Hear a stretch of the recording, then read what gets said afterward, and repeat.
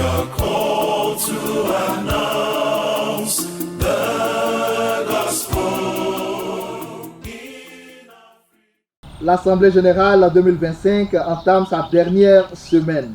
Et même si ce 2 juin est jour férié en Italie, parce que fête de la République, les travaux de l'Assemblée, eux, ne se sont pas arrêtés. Au contraire, ils ont repris de plus belle, portés par l'énergie de la dernière ligne droite. Certains groupes de l'Assemblée ont déjà remis leurs premières ébauches, fruits de plusieurs jours de réflexion, de dialogue et de prière. La journée, quant à elle, a été consacrée à la présentation de ces ébauches, suivie de partage et de premières réactions des membres de l'Assemblée. 2 membres de l'Assemblée reviennent sur 2 des ébauches présentées aujourd'hui. L'un sur le témoignage de la communion interculturelle, expression vivante de notre appel à marcher ensemble comme société dans la diversité. Et l'autre sur le soin des membres, pilier essentiel de notre vie communautaire. Dans notre groupe, nous avons parlé de notre témoignage de communion interculturelle au sein de la SMA. Notre motivation ici est de renforcer la communion au sein des entités en réponse aux réalités d'un monde multiculturel. Cette priorité a été choisie pour son rôle fondamental dans la survie et le développement de nos entités. Le deuxième point était sur l'internationalité. Notre motivation ici, même si nous observons un retour enrichissant au pays d'origine, l'internationalité est à promouvoir car elle permet une ouverture à la diversité des expériences et des cultures et favorise l'exercice de la mission dans un esprit de communion et de partage. Notre troisième point est notre témoignage. Notre style de vie simple et nos communautés interculturelles, internationales et intergénérationnelles sont un témoignage visible de l'Évangile. Notre quatrième point est le dialogue. Le dialogue est indispensable pour promouvoir l'entente mutuelle, la confiance et un vivre ensemble plus harmonieux. Donc voilà un peu ce que nous avons travaillé.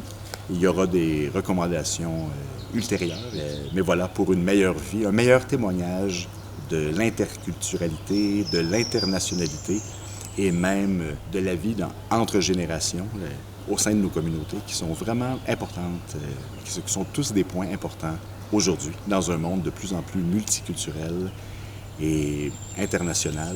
Donc voilà, ce sont seulement des propositions pour le moment, mais ça nous permet justement de partager, de réfléchir un peu, d'approfondir tous ces points ensemble pour une meilleure compréhension de ces sujets qui sont très importants pour nous, SMA.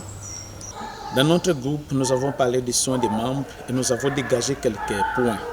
Le premier point, c'est l'accompagnement du nouveau ordonné. Le membre qui est ordonné a besoin d'être accompagné, prendre soin de lui pour l'aider dans son ministère. Le deuxième point, c'est la retraite. Le membre qui a fait sa mission, qui est en phase de retraite, il a besoin d'être accompagné jusqu'à la fin de sa vie. Le troisième point, c'est l'intégrité dans le ministère. Il faut se rassurer que le confrère, dans sa mission, est en train de bien faire sa mission et il y a un bon suivi. Et puis le dernier point, c'est le protocole sauvegarde. S'occuper de mineurs et des adultes vulnérables. Nous avons soumis tous ces points aux membres de l'Assemblée pour une mise à jour et nous allons aller encore en session pour pouvoir modifier et voir comment nous pouvons les intégrer complètement.